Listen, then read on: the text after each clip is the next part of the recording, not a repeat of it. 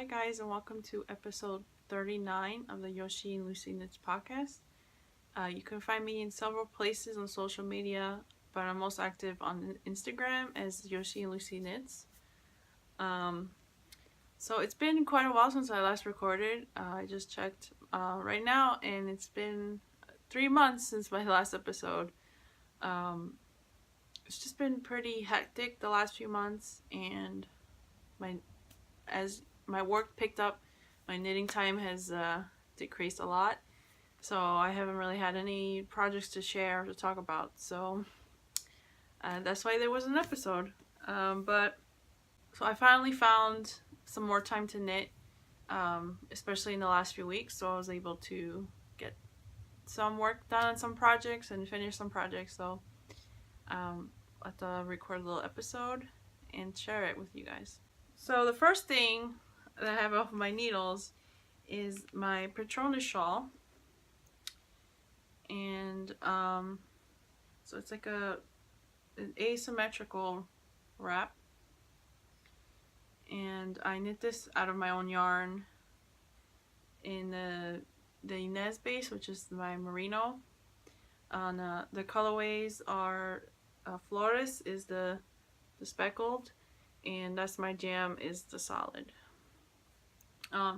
So I posted like photos of me holding it up on Instagram a few months ago, and to me it looks like this shawl's a little bit smaller than maybe other people's projects. I don't know, maybe my gauge is off or something, but obviously I don't knit a gauge swatch for shawls, so but I like it anyway, and I've had these at a few trunk shows, and people like it because they say that it's not such a big wrap, because I guess some shawls can be pretty big, and you know, you're not gonna want to wear it. We're just gonna be hanging down, so it just kind of gets in the way, so I kind of wrap it like this or so. So yeah, I really like this knit. You start on this end and you just slowly start decreasing, and then at some point in the middle it's the same, and then you decrease until this point. So it doesn't really feel like it took that long to knit, but I kind of left it to the side for a little bit, so it did take me a little while. Second thing to show you guys are these socks I had as whips in the last episode. So I think this is pair number 3 for the year, and it's on Hedgehog fibers in the fly colorway. So yeah, I just did my standard sock, and I did Mina Phillips toe, or heel I should say, her short row heel, and I just did a garter. I just did a garter heel, so when it tells you to purl, you knit instead, so that's why you get the little ridges here. And yeah, I was just trying to knit through my stash a bit, and I decided that I'm not gonna knit any more Hedgehog socks, just because this is like it's very thin yarn, and I think the nylon content is pretty low as well. I don't remember how much the percentage is, but I have heard people say that these tend to wear out pretty fast, so I'm probably just gonna use this yarn for shawls in the future. But it's a really pretty colorway. So yeah, after I finished these, I took a long break knitting socks, and if you've been watching this podcast for a while, you know that I'm always knitting socks. Well, I think I took more than a month break. But then I realized I really need to have some more samples in my yarn, so the quickest way, or one of the quickest way, is to knit socks. So I cast out another pair of socks, just plain vanilla, and these are all like crunched up because I've had them in my bag for a while. So this is in the creamsicle colorway on my Isabel base. So I'm up to the toe. I started decreasing for the toe already. And I did, again, Mina's short roll heel. But I did just the standard one this time. So there's no garter ridges. So I took a break knitting socks. And I thought I still had the heel pattern memorized. So I started, I started decreasing, and I kind of messed up on this one. As you can see, it's a little bit fatter right here. And I started knitting the heel when I was watching the Royal Wedding at 4 in the morning. So maybe that wasn't a good idea to do that, but it's fine. I still have this one. This one I did the heel the correct way. So I will use this one as a sample when I'm at shows. So yeah, it's just nice to do regular sock, like a plain sock. I know for a while there I was knitting lots of pattern socks, but I just haven't really felt like it. But of course I'll probably go back to that again. And I did the leg a little bit longer. I did 7 inches when I usually do like 6. Just to, you know, show off the colorway a little bit more. And so yeah, I'm gonna finish this sock this weekend. I'm not sure what I'm knitting next. I need to check what I have and what I feel like knitting on in terms of socks. In my last episode, I talked about how I was gonna start knitting on a sweater, and I did start knitting on a sweater. So this is the Easy One by Joji Locatelli, and it's very similar to, I think, her boxy sweater. It has like no shaping whatsoever, and but it's a little bit I think the construction is a little bit different. I'd never knit the boxy, but just reading over the notes for this pattern, it seems like it's a little bit different, and it does have like these little ridges detail that the boxy doesn't have. So yeah, I'm at the point where I'm just knitting in the round over and over and over again, and I was knitting this at one of my trunk shows, and I didn't realize it, but I like didn't drop stitches, but I had some loose stitches, and it just didn't look nice. So I just decided to rip out like 5 inches of this, and I haven't picked it up since. So it's been like a month since I worked on it. So, and I'm using my Florence colorway, which is a recent colorway I came up with, and it's a variegated colorway with no speckling, which is not the norm for me. But I thought it was nice enough, this colorway, that I didn't need any speckles. Yeah, it's been sitting in a bag for the last month, so it's wrinkly. So I have like about maybe 6 or 7 inches until I'm finished, because I think it's a pretty long sweater from what's seen in different photos. And then I'm just gonna do the sleeves. So yeah, I haven't knit myself a sweater in I don't know how many years. So I wanted to knit myself this sweater, and I didn't realize how long a fingering weight sweater takes. So at some point I felt like I was knitting on this forever, and this was my only project for a while, which is why I didn't have anything else to show. So I didn't have anything else to talk about. So this was just I felt like some days like I was knitting on it for like a week, and it felt like I had no progress whatsoever. You know, instead of like socks where I can finish a pair of socks in a week or two. So So yeah, I'm not sure when I'm gonna pick this up again. It's gonna start to get hot, so I don't really know if I want this sitting on my lap, you know. But hopefully I will finish this soon, or before the end of the year. That's what I'm hoping for. So I picked up a very old whip. At this point now, it's a year since I cast this on. It's another Hohi pattern. It's huge. So this is the starting point shawl. I cast this on last year. I did I started with pre-orders for this kit when she released it. It was a mystery knit along, and then at some point I got to like clue 3, I believe. There's like 4 clues. I got up to clue 3.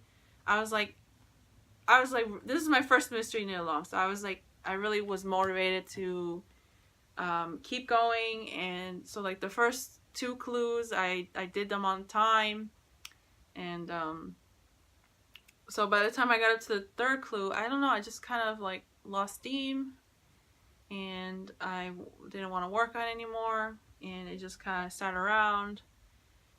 And so yeah, a year later and it's still not done. So you know, again, I want to like clear off my needles. I want to have more samples. I want to actually finish things. So I was motivated to pick it up again. So you knit this in 2 sections and then you connect them. And so now I connected it and I knit the bottom part already, and now I'm at the top. So I'm literally like maybe like 10 rows away, and you know, you're decreasing every other row, so it's not that much work left.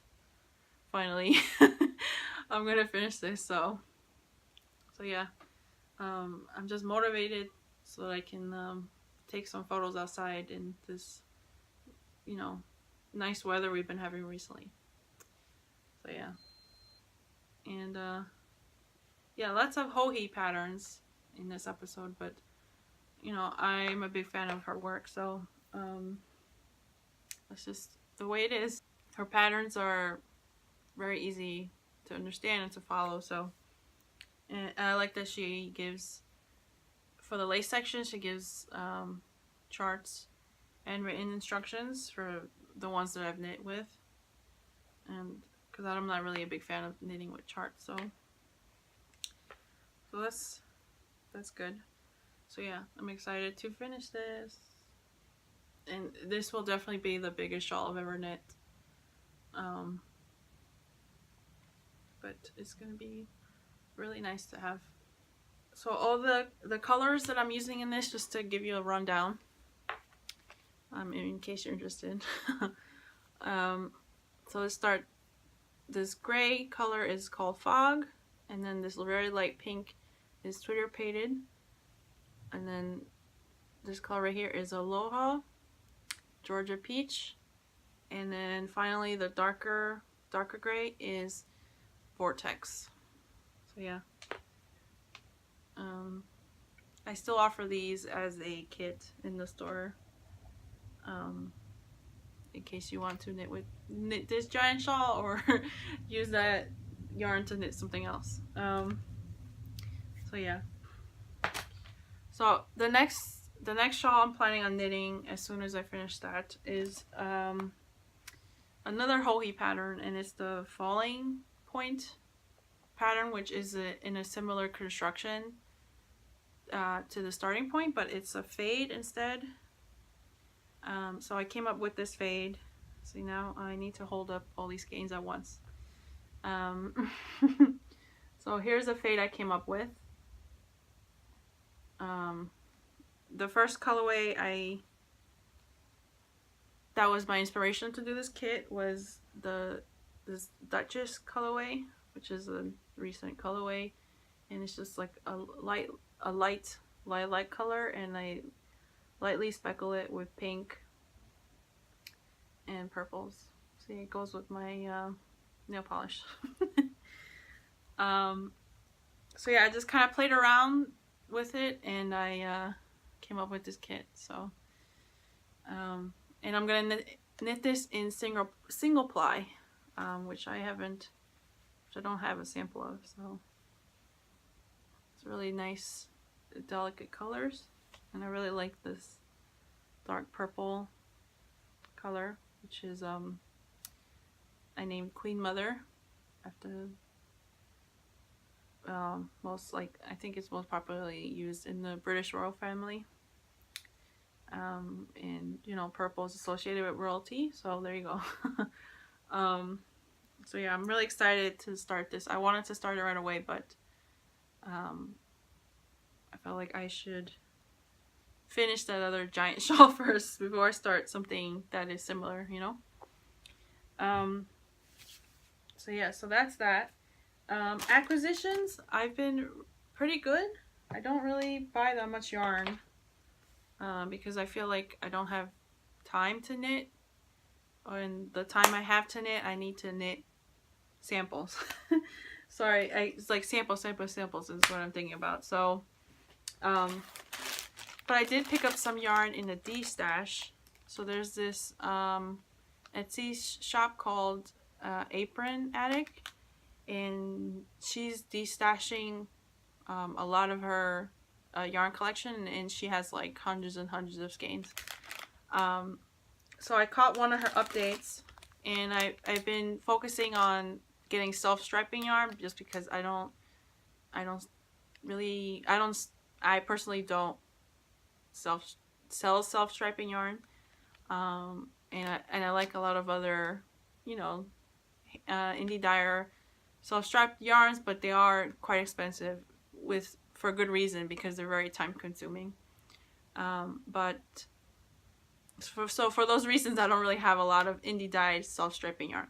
So I couldn't say no to the prices for this D-stash. So I picked up Fiber Nymph Dye Works, and this is actually in a sport weight. Yeah, superwash and nylon blend, and it's a sport weight. And I've never knit sport weight socks, so that would be interesting. I don't know what it says. Use US size 3 to 5. So I need to research how many stitches I need to cast on for my size. If you know, I normally knit fingering weight socks on 64 stitches.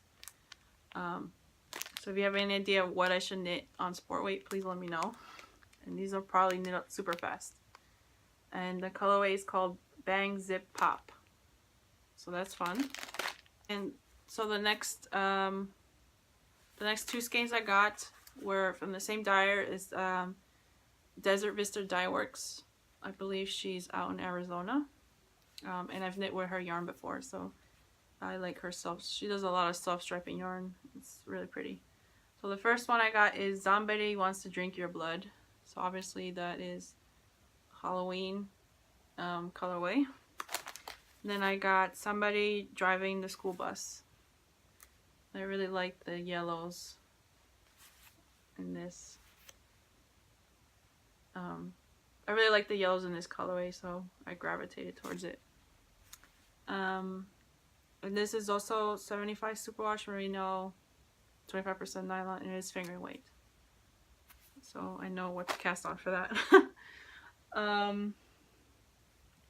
So yeah, that's all my acquisitions and all the stuff I've been knitting. Now I'm going to talk about just briefly some shop news, just to let you guys know what I've been up to. I do have a new colorway I came up with very recently, like about a week ago. I noticed I'm just looking over what I dye, and I don't really have yellows. So I'm trying to branch out.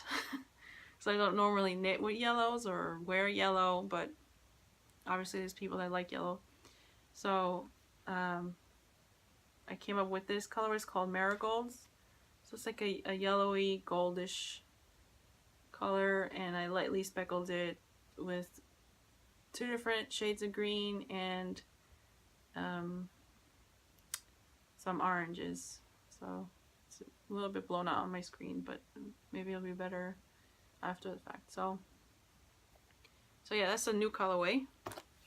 And so lately everybody's been crazy about mohair, knitting with mohair. So I decided to try a new base that my supplier was offering. So this is a kid mohair silk blend, and it's lace weight. So I'm calling this my Rosa base. And so yeah, it's been fun to dye with. It has very different smell. When I was dyeing it, I was like, what is that smell? And then it's not a sheep, it's a, goat yarn, so it has like a different scent. So so that was interesting. And this is a 50-gram skein versus 100, so it kind of takes the dye differently. And I really like how the speckling shows up on this colorway. So yeah, here's on Berry Twist, so you can see the pops of blue come out very differently than on a regular skein. So yeah, unfortunately my supplier ran out of it because I think everybody was going crazy dyeing up this base. So I have some in the store, and that's all I'm gonna have until at least July. So from what I hear, that it's gonna come back. Yeah, I really love that yellow and dark magic. It's pretty cool. So yeah, I was checking out patterns. I know a lot of people knitting birds of a feather, which is a shawl. So you need like 1 skein of this, of the kid mohair, and then 2 skeins of fingering. So yeah, if you want to knit that. Obviously I don't think these go together, but yeah. So I don't know if I'm gonna knit these. I don't know. It is cool to dye with, I will say. So this is on Cheshire Cat. So yeah, and not a new colorway, but a colorway I brought back. I haven't dyed this in maybe over a year. So this is blue-footed boobies, which is a reference to a bird in Galapagos, Ecuador. My mom's from Ecuador, and when I was like 15 years old, we took a trip out to Galapagos, which is it's like a bunch of islands like off the coast of Ecuador. So it's a pretty big trip to go out there. And we spent a few days there. I only spent like 4 days, and I really regretted it. I didn't want to leave because it's such it's like protected, land, so you can't develop on it. There's only a certain amount of people that can live there, so you're really like in nature. And when we were walking in the pathway, the tour guide said, please stay like on the pathway, don't disrupt the animals. And then we just saw these pair of blue-footed boobies just hanging out and just staring at you, because they don't have any fear of people. So they're just like, I think they're just like, what are you? So they're just staring at us. So I always have that memory from that trip. And it's been quite a while since I dyed this, so I thought I would bring it back. And so yeah, I have it on merino nylon and BFL. I like how it looks up on BFL nylon. So yeah, I think I'm gonna maybe do like a collection of like South American birds. I have a few ideas, just because it's starting to get summer and you kind of want like tropical colors. At least I like that. So I have a few ideas. I'm gonna be dyeing those up in the next few months. So just like what has been going on with me, so my business has really taken off. I've been busy doing pre-orders, doing wholesale. I had 2 trunk shows the last few months. So I had a trunk show at String Thing Studio in Brooklyn, New York, which was really nice. And then I had another trunk show at the Naked Sheep in Staten Island, New York. And so that was really cool. Just to hang out with people and talk about knitting and yarn and stuff.